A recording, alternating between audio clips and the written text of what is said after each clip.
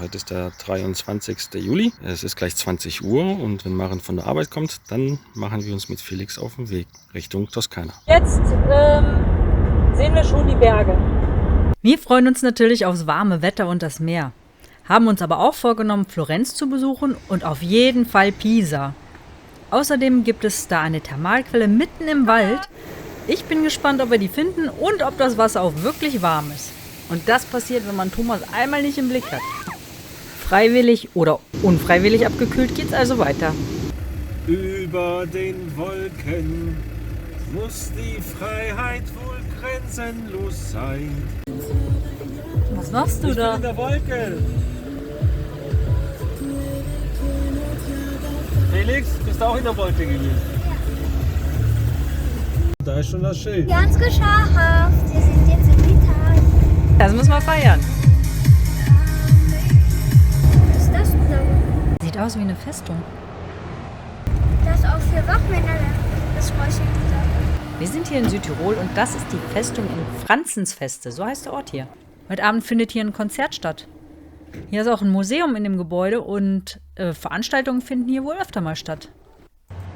Wir haben unseren ersten Schlafplatz in Italien. Kommt, darauf stoßen wir an. Prost. So, jetzt aber ins Bett. Gute Nacht. Die erste Nacht hat er wohl gut geschlafen. Hier war unsere erste Nacht. Erstens schon ruhig und auch schon gelegen. Richtig schön. Der Morgenkaffee darf natürlich nicht fehlen. Ich schreibe bitte meine Cappuccino. Und es gibt Kuchen auf dem Autodach. Kuchenwagen. Buongiorno! Arrivederci! Arrivederci. Grazie! Grazie. Wir sind bei der Madonna della Corona, aus gegebenem Anlass. Nein, so heißt die Kirche hier. Das ist Jesus. Und wer hat das hier getragen? Und wer sind die? Die beiden haben zuerst das Kreuz getragen und dann haben sie ihm das gegeben. Ja, der wurde verurteilt, jetzt musste er selber das Kreuz tragen. Weißt du, wie schwer das war? Und das hier ist der, den verurteilt hatte. Nachdem er gesagt hatte, er soll gekreuzigt werden, das ist der Pontius Pilatus. Hat er sich hier die Hände gewaschen. Da ist er das erste Mal gefallen. Aber die dürfen doch nichts tun. Das muss doch Jesus eigentlich selber machen. Ja, die haben ihm versucht gehabt zu helfen, wurden dafür ausgefallen. Da musste er wieder selber tragen. Die haben nur geholfen, das aufzuheben. Das Tragen musste er alleine machen. Das Besondere an dieser Kirche ist, dass sie mitten in den Fels gebaut wurde. Sie wurde von den Maltesern errichtet und die haben damals auch extra von Malta ein Standbild in die Kirche geschafft. Wenn man den Kreuzgang zur Wallfahrtskirche geht, hat man solche schönen Ausblicke. Also wenn ihr mal Urlaub am Gardasee macht, dann könnt ihr euch diese Kirche angucken. Die ist gar nicht so weit weg. Und dann kommt der Stein davor. Dann hat man das hier bis hier hintergerollt. Und dann konnte der auch nicht mehr runterfallen. Und konnte ihn nicht mehr bewegen. Man kann eine 2-stündige Wanderung aus dem Tal zur Kirche hoch machen oder vom Ort Spiazzi 20 Minuten zu Fuß oder mit dem Bus bis auf 3 Minuten ranfahren. So, Felix, ich weiß nicht, wie das bei dir heutzutage ist. Bei uns früher hat man immer gerne Klingelstreiche gemacht. Und da ich heute schon erwachsen bin und aus dem Auto raus das machen kann, funktioniert das so.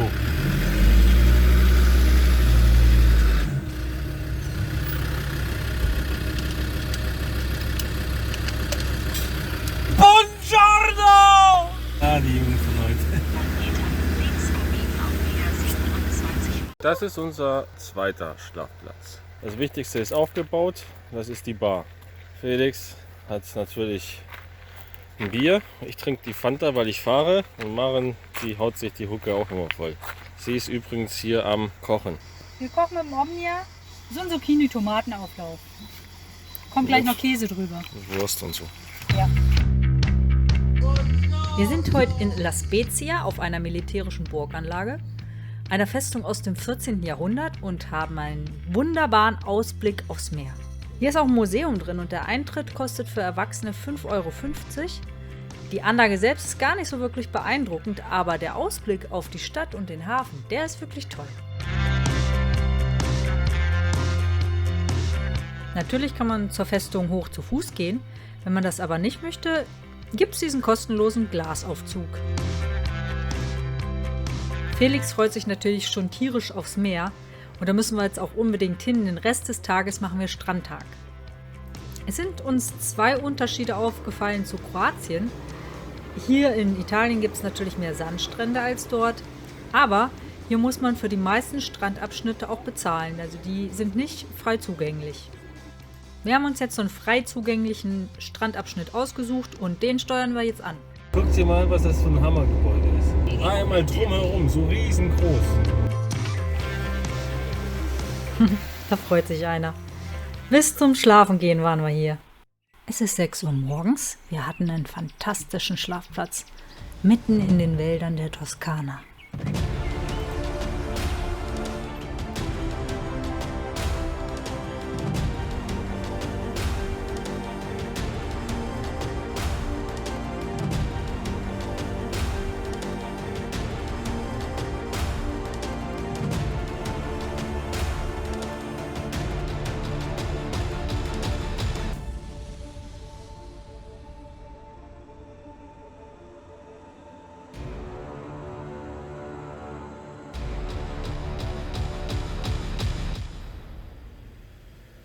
Heute steht auf unserem Tagesplan, uns Pisa anzugucken. Also wenn man hier ist, dann kann man da doch nicht dran vorbei. Man muss doch den schiefen Turm von Pisa sehen. Wir sind in Pisa und das ist hier die Stadtmauer. Gleich sehen wir den schiefen Turm. Tada! Hier gibt es natürlich alles Mögliche mit dem schiefen Turm. Anhänger, Hüte, Tücher, alles mit dem schiefen Turm drauf. Das hier ist vielleicht der bekannteste Turm, aber nicht der schiefste. Der steht in Niedersachsen, der Kirchturm von Sohusen. Alle machen die bekannten Fotos hier, dass der schiefe Turm gehalten wird oder umgestoßen wird. Ja, der Grund für die Schieflage des Turms ist der Untergrund, der sich unter dem Gewicht verformt. Und damit er nicht umkippt, wurde unter anderem die eine Seite des Turms mit 900 Tonnen Blei beschwert. Das hier ist die Taufkirche des Doms und es ist die größte der Welt. Und das ist der Dom selbst. Die Einwohner von Pisa nennt man übrigens Pisani. Klingt gut, oder? Der Himmel hat sich schon ein bisschen zugezogen. Es ist Regen vorhergesagt für heute. Ja, jetzt müssen wir uns so ein bisschen beeilen, damit wir noch schnell kochen können, bevor es anfängt zu schütten. Ja, und dann geht's heute früh ins Bett. Die Schlafplatzsuche hat zwar heute ein bisschen gedauert, aber ist ja wohl eine Wucht, oder?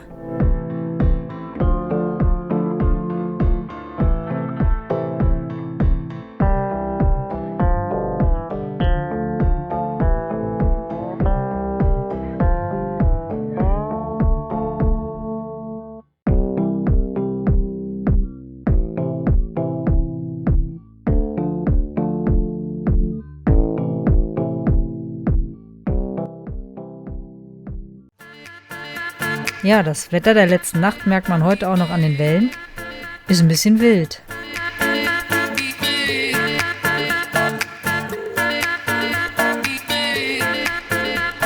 Ja, Felix können die Wellen aber nicht wild genug sein.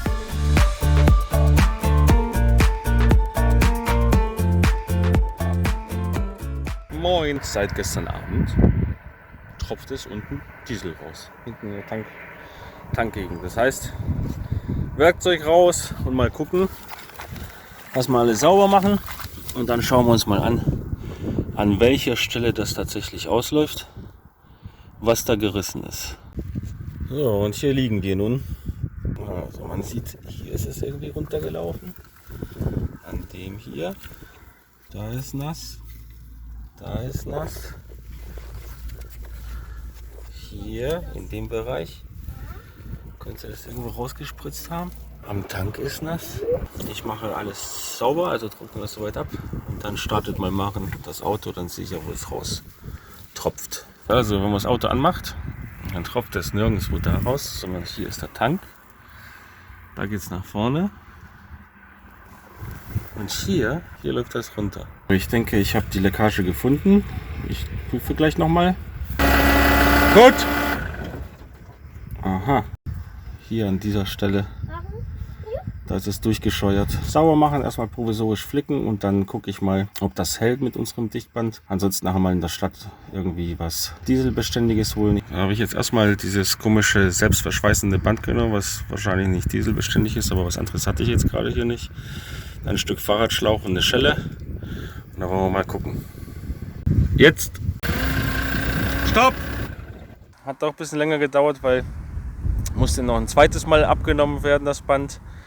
Das erste Mal hat es nicht dicht gehalten, da war auch die Schelle an der falschen Stelle. Aber jetzt scheint es erstmal zu halten. Das heißt, die Fahrt geht weiter. Wir wollen zum Strand. Strand. In Italien ist es nicht immer ganz leicht, Strandabschnitte zu finden mit kostenlosem Zugang. Deshalb zeige ich euch hier mal 4 Orte, wo wir welche gefunden haben. Vielleicht ist es für den einen oder anderen ja mal interessant.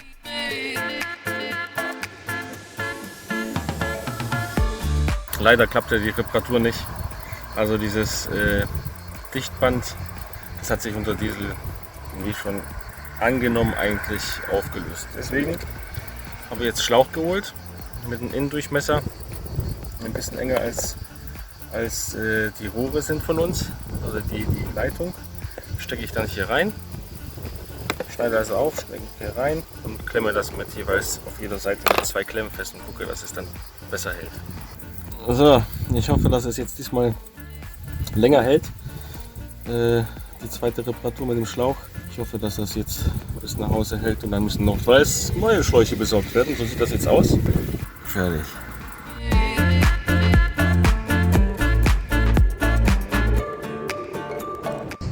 Und wo sind wir heute?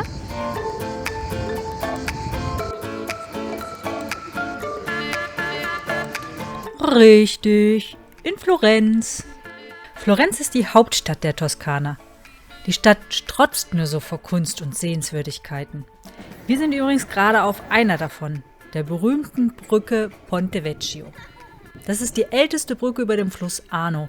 Ihre Besonderheit ist, dass sie fast vollständig bebaut ist. Hier findet man unter anderem Juweliergeschäfte, die schon seit dem 16. Jahrhundert Schmuck verkaufen. An jeder Straßenecke entdeckt man hier einen berühmten Namen. In der Akademie für Malerei steht zum Beispiel die originale David-Statue von Michelangelo. In der Stadt waren unzählige berühmte Menschen zu Hause, unter anderem auch Galileo Galilei. Er wurde zum Hofmathematiker der mächtigsten Familie von Florenz, der Familie Medici. Wir hatten im Vorfeld gehört, dass das Parken für ausländische Autos hier so ein bisschen unsicher sei und haben daher ein überwachtes Parkhaus aufgesucht. Dort haben wir das Auto aber nur 2 Stunden gelassen, denn für den Lendi kostet das Parkhaus 14 € die Stunde und vermutlich ist das Parken am Straßenrand nicht gefährlicher als in anderen Großstädten. Sind wir hier in einer ganz alten Apotheke, die die Mönche schon erbaut haben und aus Kräutern Medizin hergestellt haben. Sie ist heute noch immer Teil des Klosters, halb Geschäft und halb Laboratorium. Hier gibt es viele kleine, interessante und natürlich auch exklusive Geschäfte.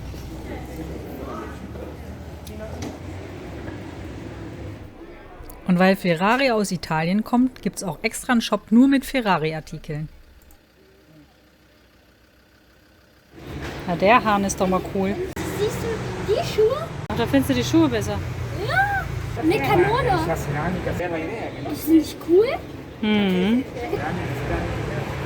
Ganz lang Ding. Na, Eiscafés gibt es hier natürlich viele, aber wir gehen jetzt zur angeblich besten Gelateria der Stadt Florenz. Mal gucken, wie es schmeckt. Da sind viele Nuss. Wie schmeckt es dir? Gut. Ja? Okay. Ich habe hier Mousse Chocolat und die empfohlene Eissorte des Hauses mit weißer Schokolade und Pistaziensoße. Bavaria heißt das hier. Mousse Chocolat schmeckt schon mal lecker. Was hast du genommen? Dasselbe wie du und Tiramisu. Das Eis des Hauses und Tiramisu.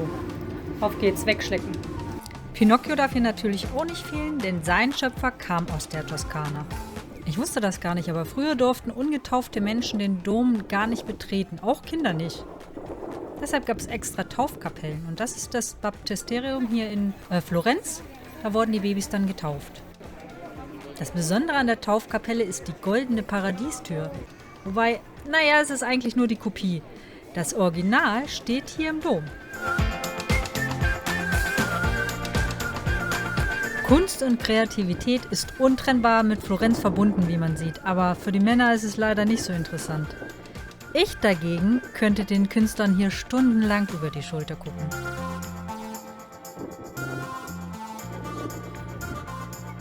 Naja, hier gibt es natürlich auch unzählige Ateliers und Galerien.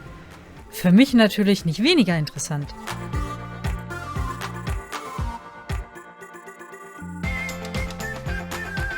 Und außer Bildern gibt es hier auch lustige Skulpturen.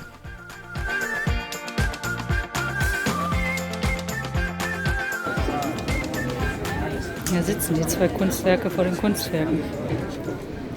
Was heute das Stadtparlament ist, war früher der Regierungspalast der Familie Medici. Michelangelo hat genau hier seine David-Statue erschaffen. Wobei hier nur eine Kopie steht, das Original steht im Museum.